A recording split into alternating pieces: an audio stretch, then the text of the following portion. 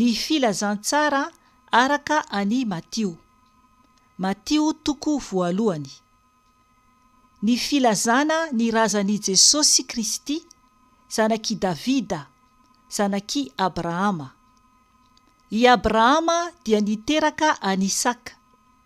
Isaka dia niteraka any Jakoba. I Jakoba dia niteraka any Joda miralay avy. I Joda dia niteraka any Fareza sy Zara tamin'ny Tamara. I Fareza dia niteraka any Ezrona. I Ezrona dia niteraka any Arama. I Arama dia niteraka any Aminadaba. I Aminadaba dia niteraka any Nasona. I Nasona dia niteraka any Salmona. I Salmona dia niteraka any Boaza tamin'ny Rahaba. I Boaza dia niteraka any Obeda tamin'ny Ruta. I Obeda dia niteraka any Jese. Ary i Jese dia niteraka any Davida mpanjaka. I Davida dia niteraka any Solomona tamin'ny vadiny Uria. I Solomona dia niteraka any Rehoboama. I Rehoboama dia niteraka any Abia. I Abia dia niteraka any Asafa. I Asafa dia niteraka any Josafata. I Josafata dia niteraka any Jorama. I Jorama dia niteraka any Uzia. I Uzia dia niteraka any Jotama. I Jotama dia niteraka any Ahaza.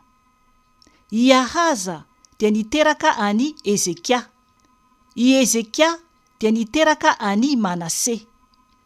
I Manase dia niteraka any Amona. I Amona dia niteraka any Josia. Ary Josia dia niteraka any Jekonia miralay avy tamin'ny fahababoana tany Babilona. Ary taoriana ny fahababoana tany Babilona, i Jekonia dia niteraka any Sealtiela. I Sealtiela dia niteraka any Zerobabela.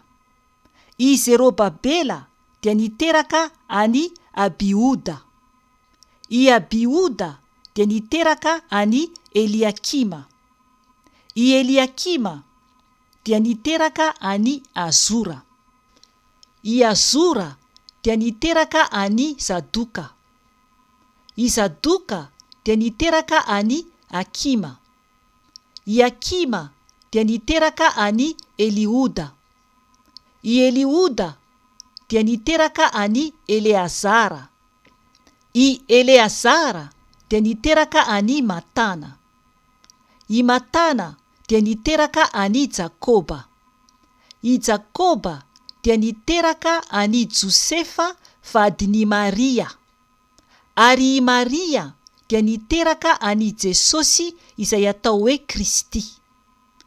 Ny taranaka rehetra hatreo amin'ny Abrahama ka hatramin'ny Davida dia taranaka 400, ary hatramin'ny Davida ka hatramin'ny nifindrana tany Babilona dia taranaka 400, ary hatramin'ny nifindrana tany Babilona ka hatramin'ny Kristia dia taranaka 400. Toy izao no nahaterahany Jesosy Kristy. Rehefa nanaiky ho fofombadin'i Josefa i Maria reniny Jesosy, dia hita fa ny toe-jaza avy tamin'ny fanahy masina izy raha tsy mbola nivady izy roa. Ary i Josefa vadiny, izay lehilahy marina sady tsy ta hanala-baraka azy, dia nikasa hisaraka aminy mangingina. Nefa raha mbola nisaina izany izy, dia indro nisy anjelin'ny Tompo niseho tamin'ny nofy ka niteny hoe: "Ry Josefa, zanaky Davida, aza matahotra apakatra any Maria vadinao, fa ny zaza ao ankibony dia avy amin'ny fanahy masina. Koa hiteraka zazalahy izy, ary ny anarany dia ataonao hoe Jesosy, satria izy no hamonjy ny olona ho afaka amin'ny fahotany. Ary izany rehetra izany dia tonga mba hahatanteraka izay nampilazainy Tompo ny mpaminany hoe: indro ny virijiny hitoejaza ka hiteraka zazalahy, ary ny anarany dia ataony olona hoe Imanuela, izany hoe raha adika amintsika Andriamanitra. Rehefa natsiaro tamin'ny torimasony i Josefa, dia nanatanteraka izay nandidian'ilay anjelin'ny Tompo azy ka napakatra any Maria vadiny.